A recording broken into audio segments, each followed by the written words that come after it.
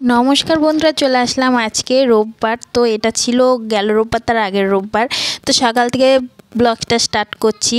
তো এখানে দেখো আমি করে নিচ্ছি কিন্তু লাইয়ের যে চোকলাটা রেখে দিই সেটাই আমি সিম দিয়ে ভুটি করে নিচ্ছি। আর তারপরে এই যে আদা সম্বাদ দিয়ে বেগুন ভেজে বেঁতে শাক করে নিলাম। তো সকালের মেনুতে এই থাকবে, আরেকটা রেসিপি হবে, চলো শেয়ার করি। তো এখানে কিন্তু আমি করছি বেঁতে শাকের টক। তো বেঁতে শাকের টক অনেকে খাও না, কিন্তু মাছের টকটা সবাই খায়। আমি যেহেতু মাছের টক খেতে পারি না, তাই বেঁতে শাকের টকটা করি, খেতে কিন্তু খুব সুন্দর হয়। শুধু টমেটো দিয়ে যেরকম টক খাওয়া যায়, শাক দিয়েও কিন্তু খাওয়া যায়।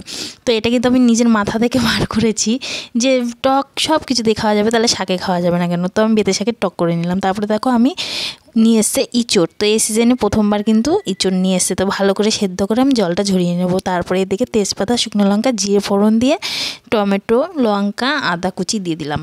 তো এটা আমি কিছুক্ষণ ভেজে নেওয়ার পরে, এটা কিন্তু আমি নিরামিষ করব রোববার, যেহেতু আমি একটা আমাদের এখানে মেলা হয়েছে, সেখানে কিন্তু গোষ্ঠর মেলা, সেখানে নিরামিষ খেয়ে মানসিক আছে আমার বাবানের জন্য, সেটা কিন্তু আমি দিতে যাব।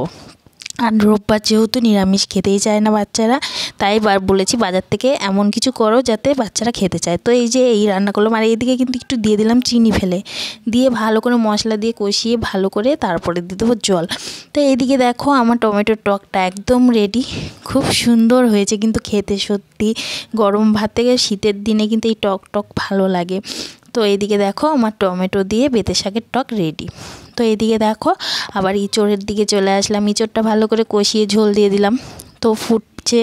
তো এটাই হবো সকালের রেসিপি। তো সকালবেলা এই দিয়ে খেয়ে নেবো। তো আজকে অনেক কাজ, তো আমি টেনশানে ছিলাম, যেহেতু আমি মানসিক দেবো, মোয়া মানসিক করেছিলাম যে বড় 1 গাবলা মোয়া দেবো।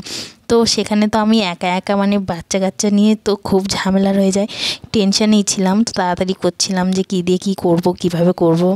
তারপরে ঠাকুরের কাছে ঠাকুর করে চলে আসলো আমার বাবা। তো আমার বাবা এসে, বাবাকে বললাম, বাবা তুমি এসছো ভালো হয়েছে, তাহলে আমাকে কটা মোয়া বানিয়ে দাও। আর আমার বাবা মোয়া বানাতে খুব ভালো পারে। আর আমিও কিন্তু অত একটা ভালো পারি না, কোনো দিন নিয়েছি হয়তো হয়েছে, কোনো দিন ঝরঝরিয়ে পড়ে গেছে।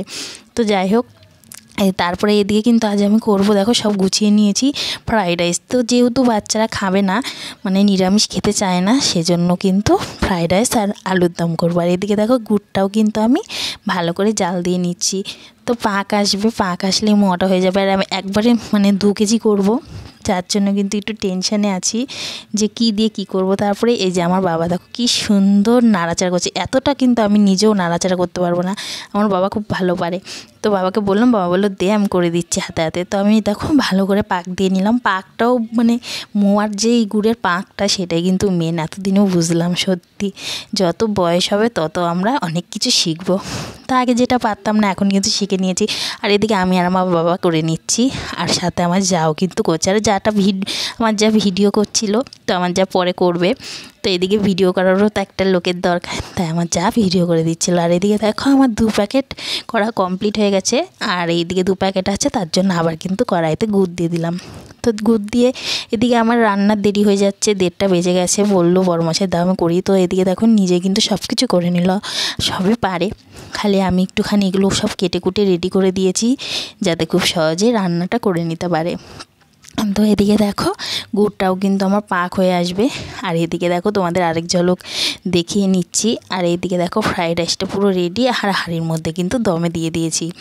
তো এদিকে আবার আলুর দমটা তো করতে হবে, সেটা তো আমার বড়মশাই এগিয়ে যাবে না করার জন্য, বলছে আমি আর পারছি না, তুমি করো। তো এদিকে দেখো মশলাটা কষিয়ে কিন্তু আলু ভেজে রেখেছিলাম, সেগুলো দিয়ে দিলাম। আর তরকারিটা একদম মাখা করবো। তো এদিকে ফ্রাইড রাইস রেডি হয়ে গেছে একদম। আর তারপরে তো আমাকে যেতে হবে, আর আমি স্নানের পরে কিচ্ছু খাইনি, তো না খেয়ে আমি পুজো করতে যাবো। আর পুজো সব কিছু গুছিয়ে নিয়েছি। আর মোয়াটা না মাথায় করে নিয়ে যেতে বলেছি বাবাকে। আসলে আমার ছেলে নিতে পারবে না, মোয়াটা নিয়ে না কাড়াকাড়ি হয়, দেওয়ার যে আমি যে কেউ যদি মানসিক করে সেটা তো ছিটিয়ে দেবে না, একটা মানসিক থাকে। কিন্তু কিছু মানুষ আছে তারা মানতে চায় না, খাবলা দিয়ে নিয়ে চলে যাবে আগে। তো আমি রাস্তায় দাঁড়িয়ে বাবার অপেক্ষা করছিলাম, আর বাবা একটু লজ্জা পাচ্ছিল মোয়াটা নিয়ে যেতে। আমাকে বললো মাথায় নাও, বলছে মাথায় নিতে হবে না, এমনি নিচ্ছি। আর এদিকে দেখো আমার ভাগ্নি কিন্তু ভিডিওটা বানিয়ে দিচ্ছে। এই দেখো আরও অনেক বড় করে 2টো মোয়া বানিয়েছি রাধাকৃষ্ণর হাতে দেবো দেখে। তো এদিকে দেখো আমরা চলে যাচ্ছি। তমসা কি আনন্দ দাদুর হাতে মোয়া দেখে। আর আমার বাবা টিক করে চলছে। দেখো আমার বাবা জুতো খুলেছে, কিন্তু মুজো খোলেনি, কিন্তু মোজা পরেই আছে। তো এদিকে দেখো তারপরে পুজো দিচ্ছিলাম ঠাকুরের কাছে। তো খুব তাড়াহুড়া ছিল, তো তাড়াহুড়া করে পুজো দিয়ে নিচ্ছি। দেখো গোষ্ঠীর মেলা কিন্তু আমাদের এরকমই হয়, পা ধুয়ে বরণ করে পুজো করতে হয়। তো আমি বাড়ির থেকে সব কিছু রেডি করে নিয়ে গেছিলাম, ওখানেও সব কিছু ছিল কিন্তু আমি বাড়ির থেকে রেডি করে নিয়ে গেছিলাম সব কিছু। তো এদিকে দেখো সবাই একসাথে হুটোপাটা লেগে গেছে, সবাই একসাথে দেবো বলে। আর যেখানে যে মাঠের মধ্যেও কিন্তু দেওয়া যায়, কিন্তু মাঠের মধ্যে যেটা হয় মানে দেওয়ার মতো কায়দা থাকে না। তো এদিকে দেখো এর জন্য আমি কিন্তু বাড়িতে গেছিলাম। তো বাড়িতে যেখান থেকে ফার্স্টে বরণ করে বার করা হয় সেখান থেকেই কিন্তু আমি করে নিচ্ছি। তো তারপরে দেখো আমি এদিকে সব কমপ্লিট করে নিচ্ছি, তারপরে যা হয়েছে চলো তোমাদের সাথে শেয়ার করব। মানে ভিডিওটা অনেকটা লং হয়ে গেছে, তো তোমাদের সাথে শেয়ার করছি। তোমরা কে কে দেখেছো বলো তো এই গোষ্ঠীর মেলা? তো এই গোষ্ঠীর মেলা কিন্তু আমি বিয়ের আগে কোনো দিন দেখিনি, আমার মানে শ্বশুরবাড়িতে এসেই দেখলাম। তো এই যে 14 বছর ধরে দেখছি, আশা করি যতদিন বেঁচে থাকবো সবার মাঝে মেলা